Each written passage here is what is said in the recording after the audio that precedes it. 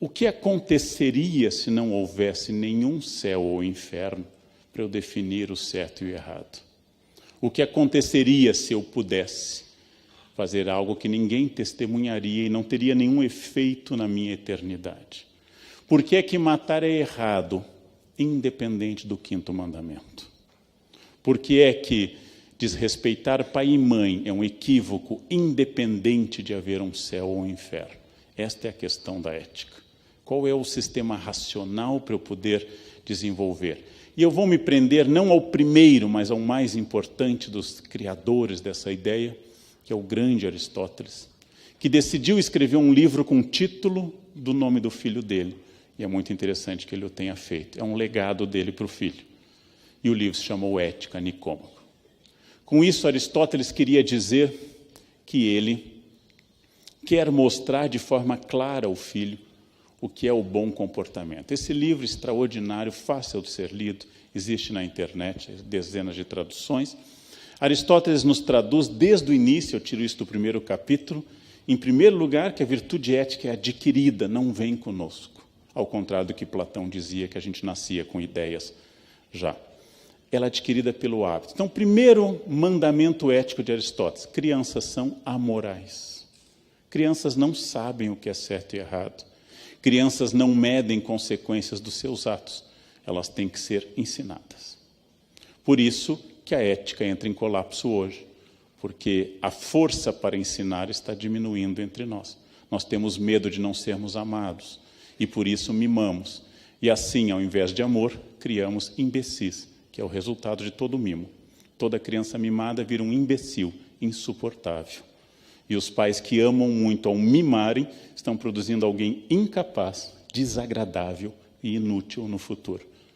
Agora, se eu quero educar, eu vou ter que estabelecer limites, porque os limites provocam trauma e o trauma é o início da educação. Bota o dedo na tomada, leva um choque e não põe mais. Pavlov, ação e reação. Ou seja, educar é estabelecer limites. E Aristóteles defende isso desde o início. Ela é adquirida com hábito. Alguns são difíceis de passar adiante. Outros precisam de muita insistência. Nós não nascemos com isso, mas nossa natureza é capaz de adquiri-la e aperfeiçoá-la. É a crença de Aristóteles na educação que eu acho fascinante. Nós podemos moldar o ser humano para que ele aprenda a perceber o espaço do outro e aprenda que ele não é único no mundo. Nós podemos moldar o ser humano para que ele saiba que ele faz parte de um todo, que ele não é a única pessoa neste planeta. E com isso, ele vai desenvolver um senso ético. Primeiro conselho aristotélico: eduquem. Hoje isto não vale só para crianças.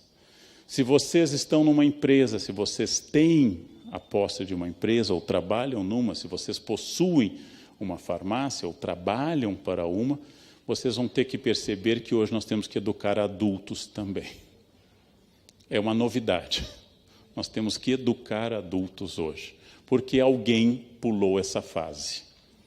Alguém pulou essa fase. E é possível, nem sempre, mas é possível, educar adultos. É por repetição, nem sempre.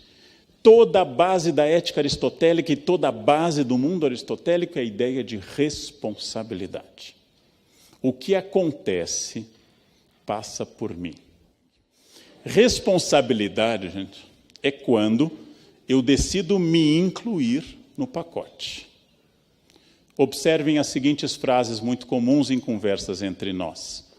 O brasileiro é sempre atrasado. Esta frase é adequada para um estrangeiro. Não é muito simpática, mas é adequada a um estrangeiro. Um brasileiro dizer isso está implicando dizer que ele não é brasileiro ou ele é pontual. Os brasileiros não sabem votar. O brasileiro é muito assim instável nos sentimentos. Todas essas frases que povoam nossas conversas omitem meu eu. Ora, as pessoas são muito invejosas e eu nunca encontrei alguém que invejasse. Mas todos dizem que as pessoas são invejosas. Há um problema entre numerador e denominador. Todos são invejados e nunca encontrei um invejoso, que é o pecado mais envergonhado de todos. Ninguém diz eu invejo, ninguém diz isso. Responsabilidade é quando eu coloco o meu na reta. quando eu passo a pensar, o trânsito de São Paulo é ruim, é violento e não é cidadão.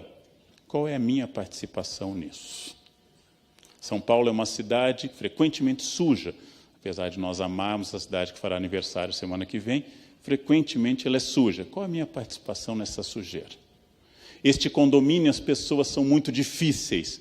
O que eu estou fazendo para melhorar isso? Ou quanto eu colaboro para essa dificuldade existir? Porque reunião de condomínio é quase o fim da esperança na humanidade, né? A gente confia na humanidade até o início da reunião de condomínio. Responsabilidade é o primeiro passo da ética, porque eu não passo mais a observar o mundo como espectador, mas entendendo que eu sou parte deste processo. Quando eu entendo isso, muda a minha maneira de estar no mundo e de ser no mundo. Eu me torno um ser histórico, que passa a dizer que a política brasileira, entre outras coisas, passa por mim. Que a ética brasileira, entre outras coisas, passa por mim. Que o trânsito, que a sujeira e que tudo mais passa por mim, que combato ou colaboro com isso. Que o mundo será fruto de muitos eus históricos, de muitos seres históricos. É uma das coisas mais comuns na análise das pessoas, profissionalmente e psicologicamente, a omissão do eu, a omissão do papel que o indivíduo exerce. Qual é o problema que eu enfrento na minha empresa? Qual é o problema que eu enfrento na minha farmácia? Qual é o problema que eu enfrento no meu escritório? Passa por mim. Passa o problema e passa a solução. Quando nós descobrirmos isso, nós temos uma postura totalmente diferente. Porque a tradição nossa é a alienação, ou o que Sartre chama de má-fé. Não tem a ver comigo. Má-fé é quando eu atribuo a terceiros.